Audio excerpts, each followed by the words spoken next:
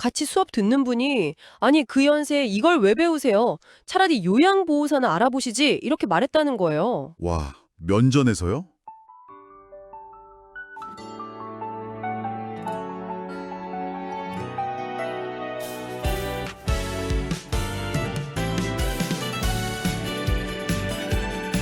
이동자 FM 두 번째 봄을 약속해 해로운 하루가 펼쳐지길 바래 빛나는 순간들 모아서 함께 노래해 이 멜로디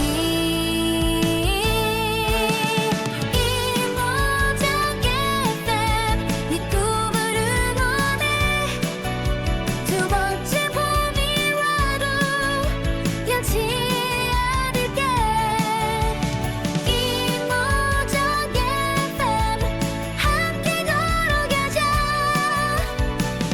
영원히 너의 곁에서 은퇴, 많은 분들이 막연하게 자유로운 시간, 취미 생활, 이런 그림을 그리시죠. 네, 그렇죠. 근데 막상 경제 활동을 계속해야 하는 그런 현실 앞에서 예상치 못한 벽에 부딪히는 경우가 많습니다. 오늘 저희는 바로 이 지점, 그러니까 은퇴 후에 새로운 길을 찾아 나선 분들의 실제 경험 속으로 한번 깊이 들어가 보려고 합니다. 네, 오늘 저희가 살펴볼 자료는 여러 중장년 재취업자분들의 정말 생생한 인터뷰 기록입니다. 단순히 경험을 나열하는 걸 넘어서요.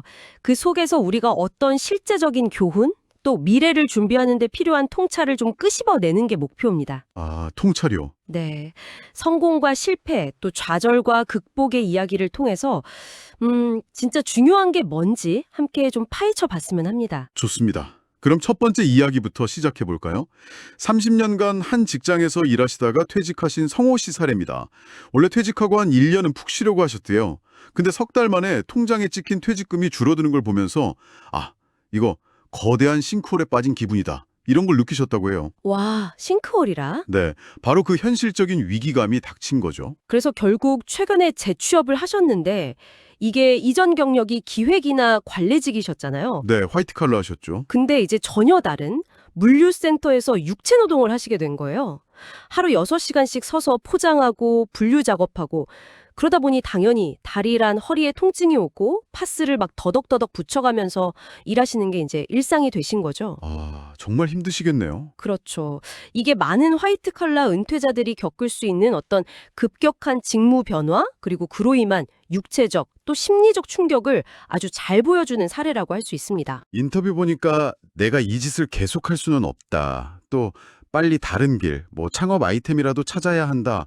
이런 생각이 계속 머릿속을 맴돈다고 하시더라고요. 그렇죠. 아내분은 옆에서 새로운 세상을 경험하는 거 아니냐 이렇게 좀 긍정적으로 보려고 하시는데 정작 본인은 아니 다리가 아파 죽겠는데 무슨 이러면서 현실의 고통을 훨씬 크게 느끼시는 것 같아요. 이게 단순히 그냥 환경이 바뀌어서 그런 걸까요? 아니면 예전 경력에 대한 미련 같은 거 그런 심리적인 요인도 클까요? 그거 아주 중요한 지적이신데요. 물론 나이 제한 같은 거 있잖아요. 기업에서 50세, 40세, 심지어 35세 미만 이렇게 딱 걸어놓으니까 경력을 살릴 면접 기회조차 얻기 어려운 그런 냉정한 현실, 이것도 분명히 큰 장벽입니다. 또 기업들이 빈자리를 젊은 인력으로 채우거나 아예 그냥 그 자리를 없애버리는 경향도 있고요. 이건 무시 못하죠. 네, 현실적인 제약이 크죠. 근데 동시에 말씀하신 것처럼 성호 씨의 내적 갈등이 단순히 외부 환경 탓만은 아닐 거라는 거죠.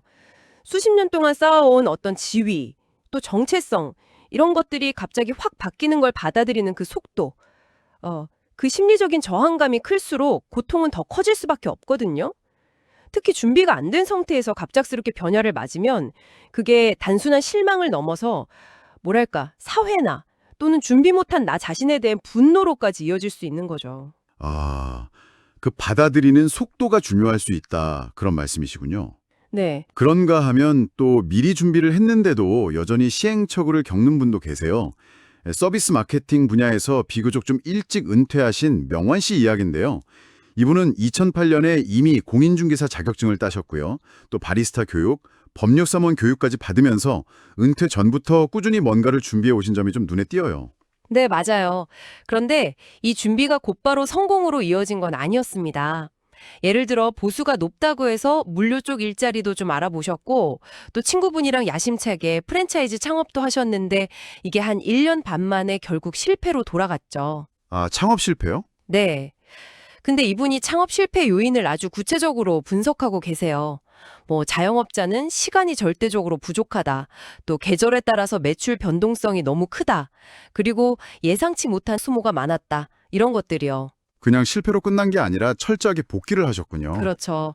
실패 경험을 그냥 흘려보내지 않은 거죠. 그래서 그 실패 경험이 오히려 좀 약이 된 걸까요? 현재는 냉동 공조 설비 기술을 배우고 계신다고 합니다. 이게 중장년층을 대상으로 하는 무료 교육기관인데 졸업생의 70% 이상이 취업에 성공한다고 하니까 좀 희망적으로 보이더라고요. 네. 이 나이에 기술 아니면 안정적인 직장 생활은 좀 어렵다. 이런 냉철한 현실인식이 바탕에 깔린 선택으로 보입니다. 여기서 명환 씨가 하신 말씀이 참 인상 깊어요. 젊을 때 한 50% 노력해서 하던 걸 지금은 100%, 200% 노력해야 겨우 따라간다. 이런 말씀 하셨거든요. 와, 2배, 4배 노력이 필요하다는 거네요? 그렇죠. 중장년의 학습이 얼마나 어려운지를 솔직하게 인정하면서도 그래도 포기하지 않겠다는 그런 의지가 느껴지죠. 여기서 중요한 건 여러 번의 탐색과 실패를 시간 낭비했다 이게 아니라 다음 단계를 위한 기회를 만드는 밑거름으로 인식하는 태도인 것 같아요. 아, 밑거름. 네. 어찌 보면 막연하게 기다리는 것보다 이렇게 준비된 실패가 훨씬 더 가치 있을 수 있다는 거죠. 실패를 밑거름 삼아서 다시 일어서는 용기. 정말 대단합니다. 세 번째 사례는 더 극적인데요. 65세의 요리사, 그러니까 셰프가 되신 원석 씨 이야기입니다. 아, 65세예요? 네. 원래 미대 졸업하시고 화랑을 운영하셨는데 IMF 때 폐업하시고 미국으로 가셔서 페인트공으로 일하시다가 은퇴 후에 귀국하셨어요. 와, 정말 파란만장하시네요. 그렇죠.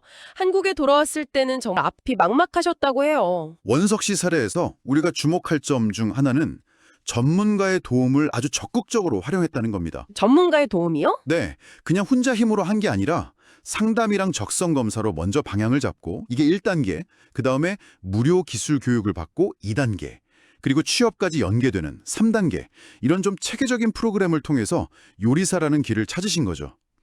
난생 처음 받아본 적성 검사가 새로운 길을 열어준 셈이에요. 아, 적성 검사요. 근데 요리학원에서 좀 예상치 못한 말을 들으셨다고 해요. 같이 수업 듣는 분이 아니 그 연세에 이걸 왜 배우세요? 차라리 요양보호사나 알아보시지 이렇게 말했다는 거예요. 와, 면전에서요? 정말 상처받으셨겠는데요? 그러니까요.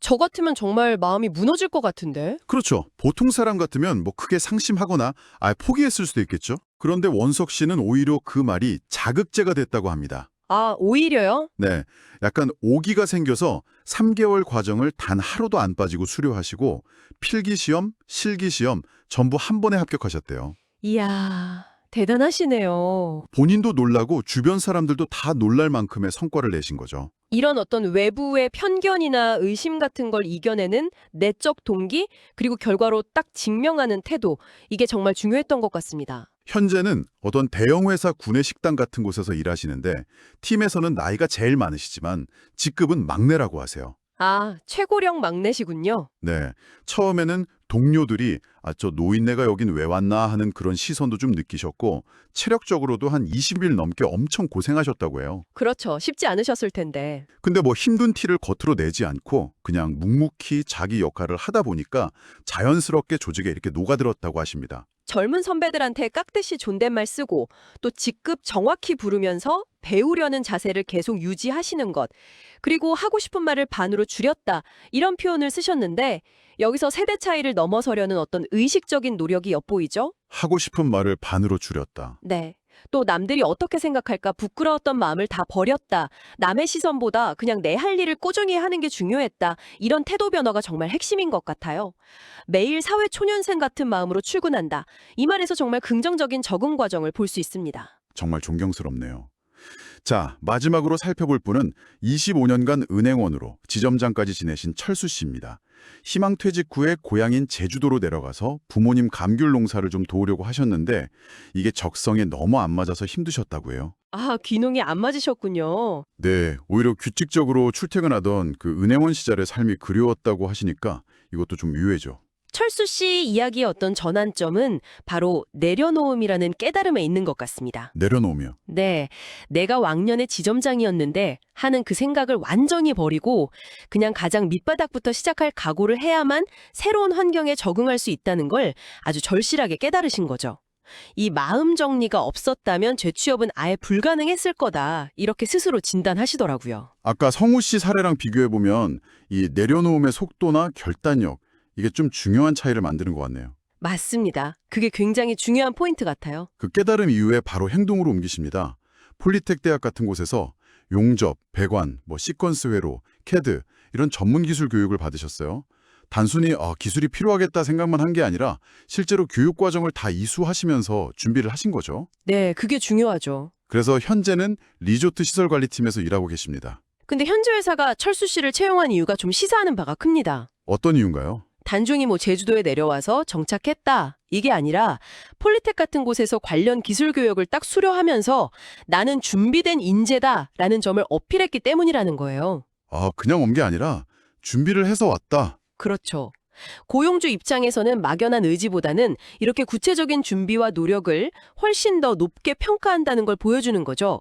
아까 명환 씨의 여러 시행착오와는 또 다른 준비된 기술의 힘을 보여주는 사례라고 할 수 있습니다. 월급은 은행 시절의 한 4분의 1 수중이라고 하시는데 그래도 직장이 있다는 것 자체가 즐겁다고 말씀하시는 모습이 참 인상 깊었습니다. 네, 그 마음이 중요하죠. 기술은 평생 가고 우리가 100세까지 산다면 40년을 그냥 놀 수 없으니까 기력이 닿을 때까지는 일해야 한다. 이런 철수 씨의 현실 인식과 미래 설계는 이 고령화 시대를 살아가는 우리 모두에게 참 많은 생각을 하게 만드는 것 같아요. 네, 맞습니다. 오늘 이 네 분의 이야기를 쭉 종합해보면 몇 가지 좀 핵심적인 통찰을 얻을 수 있는 것 같습니다. 첫째는 단순히 그냥 열린 태도 이걸 넘어서 과거의 지위나 경력에 대한 집착을 얼마나 빠르고도 단호하게 내려놓을 수 있는지 이게 굉장히 중요한 변곡점이 된다는 겁니다. 철수 씨 사례가 이걸 아주 극명하게 보여주죠. 맞습니다. 그 과거의 영광에 얽매여서 머뭇거리는 시간 자체가 어떻게 보면 기회비용이 될 수 있다. 이런 거군요. 그렇죠. 둘째로는 배움인데 이것도 그냥 단순히 이것저것 배우는 것 이상인 것 같아요. 어떤 점이 다를까요? 중요한 것은 지속적인 학습 의지와 더불어서 그 배움이 실질적인 역량으로 이어지도록 노력하는 그 과정 자체입니다. 원석 씨처럼 자격증을 딱 따거나 철수 씨처럼 전문 기술 교육을 이수하는 것처럼요. 뭔가 목표 지향적이고 체계적인 학습이 재취업 시장에서 실질적인 경쟁력이 된다는 거죠. 그냥 배우는 게 아니라 써먹을 수 있는 역량으로 만드는 거군요. 네, 아까 상담 전문가가 지적했듯이 이제는 누가 시키는 대로 해서 성공하는 시대가 아니라 본인이 직접 정보를 찾고 적극적으로 움직여서 결과를 만들어내야 하는 시대니까요. 실패를 두려워 말고 나는 20살이다 이런 마음으로 도전하라 이런 조언도 같은 맥락일 겁니다. 그리고 명환 씨 사례처럼 아무리 준비된 도전이라도 실패할 수 있다는 현실을 좀 받아들이고 그 실패를 통해서 배우고 다시 나아가는 회복 탄력성, 이것도 빼놓을 수 없겠네요. 회복 탄력성 중요하죠. 오히려 그 실패 경험이 현실을 더 냉정하게 보게 만들고 다음 도전을 위한 더 단단한 기반이 되어줄 수도 있겠다 싶고요. 정확합니다. 결국 정리해보면 빠른 현실 인식과 적응, 그리고 목표 지향적인 학습과 준비, 마지막으로 실패를 딛고 일어서는 회복 탄력성. 이 세 가지가 중장년 재취업 성공의 좀 핵심 열쇠라고 볼 수 있겠습니다. 물론 통계적으로 보면 재취업할 때 경력이 단절되거나 좀 하향 취업하는 경우가 많은 것은 사실입니다. 하지만 이분들의 이야기는 그런 어려운 현실 속에서도 충분히 새로운 뒤를 만들어갈 수 있다는 가능성을 보여주는 거죠. 네. 오늘 우리는 은퇴 후에 새로운 도전에 나선 분들의 이야기를 통해서 이 변화 앞에서 우리가 가져야 할 마음가짐, 또 실질적인 준비에 대해서 깊이 생각해 볼 수 있었습니다. 과거를 내려놓는 용기, 또 끊임없이 배우려는 자세, 그리고 현실에 발딛고 미래를 준비하는 그 치열함, 정말 인상 깊었습니다. 네, 필요하다면 원석 씨처럼 전문 기관의 도움을 적극적으로 찾아보는 것도 아주 현명한 방법이 될 수 있겠고요. 맞아요. 오늘 이야기 나눈 분들의 경험이 비단 은퇴를 앞둔 중장년층에게만 해당되는 이야기는 아닐 거라는 생각이 듭니다. 그렇죠. 누구나 살면서 어떤 전환점에서 예기치 못한 변화나 도전에 직면할 수 있으니까요. 그렇기에 오늘 이 이야기를 들으신 당신께 마지막으로 이런 질문을 한번 던져보고 싶습니다. 네, 100세 시대 그리고 직업의 모습이 끊임없이 변화하는 이 불확실성의 시대에 지금 당장 당신의 미래 전환을 위해서 새롭게 배우거나 한번 시도해 볼 수 있는 아주 작은 것, 단 한 가지는 무엇일까요? 거창한 계획이 아니어도 좋습니다. 어쩌면 오늘 시작한 작은 습관 하나, 아니면 새로운 정보 탐색 하나가 당신의 미래를 바꾸는 결정적인 씨앗이 될지도 모릅니다. 오늘 저희가 준비한 이야기는 여기까지입니다. 다음에도 당신의 지적 호기심을 채워줄 흥미로운 자료와 깊이 있는 분석으로 다시 찾아뵙겠습니다.